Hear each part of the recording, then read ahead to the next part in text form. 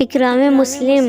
اللہ تعالیٰ کا ارشاد ہے، اور تم سب اللہ تعالیٰ کی عبادت کرو اور اس کے ساتھ کسی چیز کو شریک نہ کرو، اور ماں باپ کے ساتھ نیک برتاؤ کرو، اور قرابت داروں کے ساتھ بھی، اور یتیموں کے ساتھ بھی، اور مسکینوں کے ساتھ بھی، اور قریب کے پڑوسی کے ساتھ بھی، اور دور کے پڑوسی کے ساتھ بھی، اور پاس بیٹھنے والوں کے ساتھ بھی۔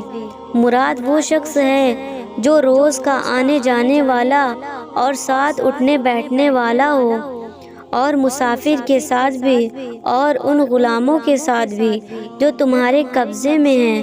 حسن سلوک سے پیش آؤ، بے شک اللہ تعالیٰ ایسے لوگوں کو پسند نہیں کرتے جو اپنے کو بڑا سمجھیں اور شیخی کی بات کریں۔ فائدہ: قریب کے پڑوسی سے مراد وہ پڑوسی ہیں جو پڑوس میں رہتا ہو اور اس سے رشتہ داری بھی ہو، اور دور کے پڑوسی سے مراد وہ پڑوسی ہیں جس سے رشتہ داری نہ ہو۔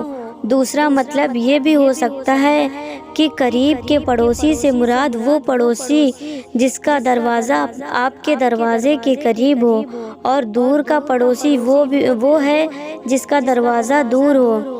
مسافر سے مراد رفیق سفر، مسافر، مہمان اور ضرورت مند مسافر ہوں۔ ایک جگہ ارشاد ہے، اللہ تعالیٰ انصاف کا اور بھلائی کا اور قرابت داروں کے ساتھ اچھا سلوک کرنے کا حکم دیتے ہیں، اور بے حیائی اور بری بات اور ظلم سے منع کرتے ہیں۔ تم لوگوں کو اللہ تعالیٰ اس لیے نصیحت کرتے ہیں تاکہ تم نصیحت قبول کرو۔ نبی کریم صلی اللہ علیہ وسلم کی حدیث نمبر 253۔ حضرت ابو درداء رضی اللہ تعالی عنہ فرماتے ہیں کہ میں نے رسول اللہ صلی اللہ علیہ وسلم کو ارشاد فرماتے ہوئے سنا، باب جنت کے دروازوں میں سے بہترین دروازہ ہے، چنانچہ تمہیں اختیار ہے، خواہ اس کی نافرمانی کر کے اور دل دکھا کے اس دروازے کو ضائع کر دو، یا اس کی فرمانبرداری اور اس کو راضی رکھ کر اس دروازے کی حفاظت کرو۔ حدیث نمبر 254۔ حضرت عبداللہ بن عمر رضی اللہ تعالی عنہ روایت کرتے ہیں کہ نبی کریم صلی اللہ علیہ وسلم نے ارشاد فرمایا، اللہ تعالیٰ کی رضامندی والد کی رضامندی میں ہے، اور اللہ تعالیٰ کی ناراضگی والد کے ناراضگی میں ہے۔ حدیث نمبر 255۔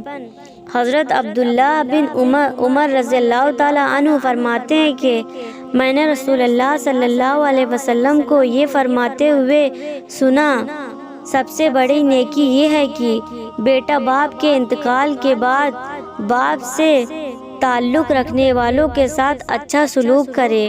حدیث نمبر 256۔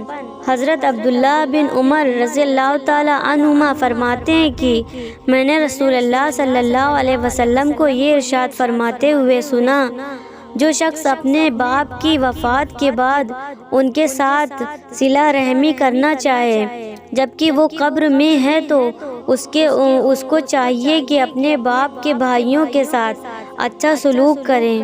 حدیث نمبر 257۔